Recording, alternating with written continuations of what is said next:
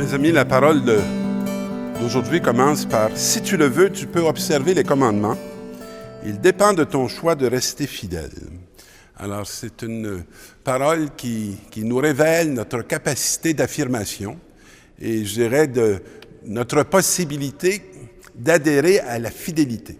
Mais la fidélité au cœur de Dieu, ce qui est très différent de la fidélité, je dirais, au cœur du monde. C'est comme des réalités qui peuvent parfois s'opposer. Mais aussi, c'est une façon de nous dire qu'on est fait libre. Parce qu'être capable de dire oui ou de dire non, c'est qu'on est appelé à une liberté qui nous est accordée de la part du Seigneur. Et il y a quelque chose qui nous est donné de Dieu, mais qui nous appartient à nous, je dirais, de bien gérer. Le Seigneur a mis devant toi l'eau et le feu. Étends la main vers ce que tu préfères. Alors, est-ce qu'on va se jeter dans le feu ou on va se jeter dans l'eau? Et cette parole va nous parler de la vie et de la mort, finalement.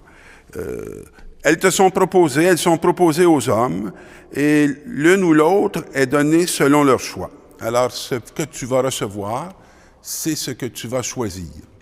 Et c'est pour ça que tes choix ou nos choix sont si importants. Dieu ne nous condamne pas du tout à la mort.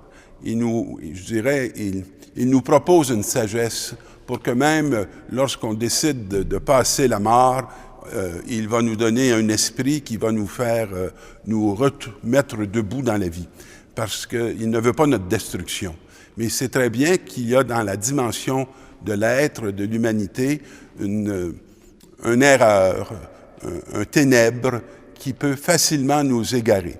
Et que les propositions d'égarement, ils sont nombreux et ils sont multiples.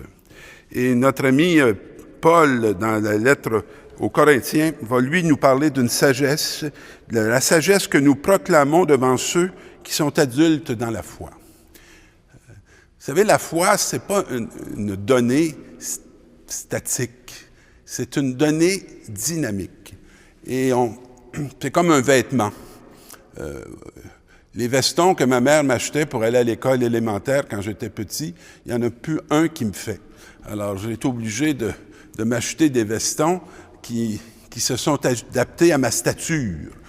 Mais la foi, c'est un peu la même chose. On ne peut pas, comme adulte, pouvoir se tenir debout avec la foi qui avait la dimension de celle que nous portions quand nous étions des enfants. Il faut que cette foi ait aussi mûri, ait aussi grandi. Et pour que cette foi puisse mûrir et grandir, il faut qu'elle soit éduquée, il faut qu'elle soit questionnée, il faut qu'elle soit interpellée, mais il faut aussi qu'elle soit mise en œuvre. Parce que si nous ne la pratiquons pas, cette foi, on va la perdre, on va l'échapper. Elle n'aura plus pour nous d'utilité parce qu'elle ne sera plus à la mesure de la réalité qu'on doit traverser et qu'on doit assumer. Alors, c'est toute une sagesse qui nous est proposée, et Paul nous parle d'une sagesse qui est mature.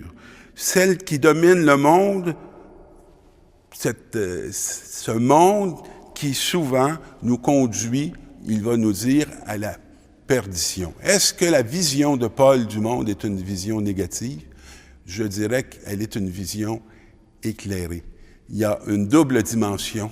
Il y a la dimension du dehors, il y a la dimension du dedans. C'est sûr que l'argent nous apparaît souvent comme une porte de salut qui rend beaucoup de choses rapidement possibles. Mais dans la sagesse et dans la foi, ce n'est pas l'argent qui va rendre les choses les plus essentielles possibles. C'est une autre réalité qui appartient beaucoup plus à l'alliance, qui appartient beaucoup plus à la présence, qui appartient beaucoup plus à la miséricorde. Et cette sagesse-là, pour qu'on puisse vraiment l'expérimenter, il faut qu'on ouvre nos yeux intérieurs, il faut qu'on ouvre notre cœur pour être capable de bien saisir devant quel défi on se trouve dans telle relation, dans tel rapport que nous avons avec nos collègues de travail, avec nos proches, avec nos conjoints, avec nos enfants. Parce que la sagesse, c'est celle qui nous fait atteindre une maturité humaine, une pleine humanité.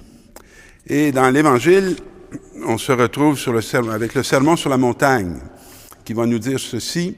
« Pensez pas que je suis venu abolir la loi ou les prophètes. Je ne suis pas venu abolir, mais accomplir. » Et souvent, la sagesse de Dieu peut nous apparaître comme une folie. De ne pas répondre à la violence par la violence, ça paraît aux yeux des hommes une folie. D'accepter parfois de pouvoir être méprisé, être ridiculisé, et de continuer à affirmer les convictions qui nous tiennent debout, qui nous tiennent dans le Seigneur, ça peut apparaître complètement, je dirais, désincarné, alors qu'il y a là une incarnation de la réalité même de Dieu qui s'affirme et qui s'établit. Si votre justice ne dépasse pas celle des scribes et des pharisiens, vous n'entrerez pas dans le royaume des cieux. Vous savez, les scribes et les pharisiens, c'était les êtres instruits de cette époque-là, à peu près les seules personnes qui savaient lire, qui savaient écrire, qui étaient capables de discourir sur la loi. C'était des religieux, c'était des hommes de foi authentique, je dirais, juive, mais qui avaient une justice, on va dire, qui souvent, même si elle se disait s'appuyer sur la verticale, était plutôt établie dans l'horizontale.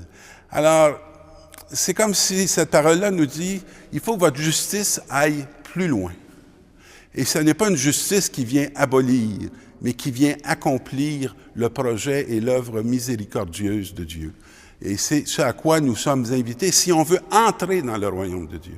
Il ne nous dit pas un royaume qui va nous être donné, c'est un royaume dans lequel on peut entrer ou qu'on peut rester à la porte. Alors donc, il y a un mouvement à faire.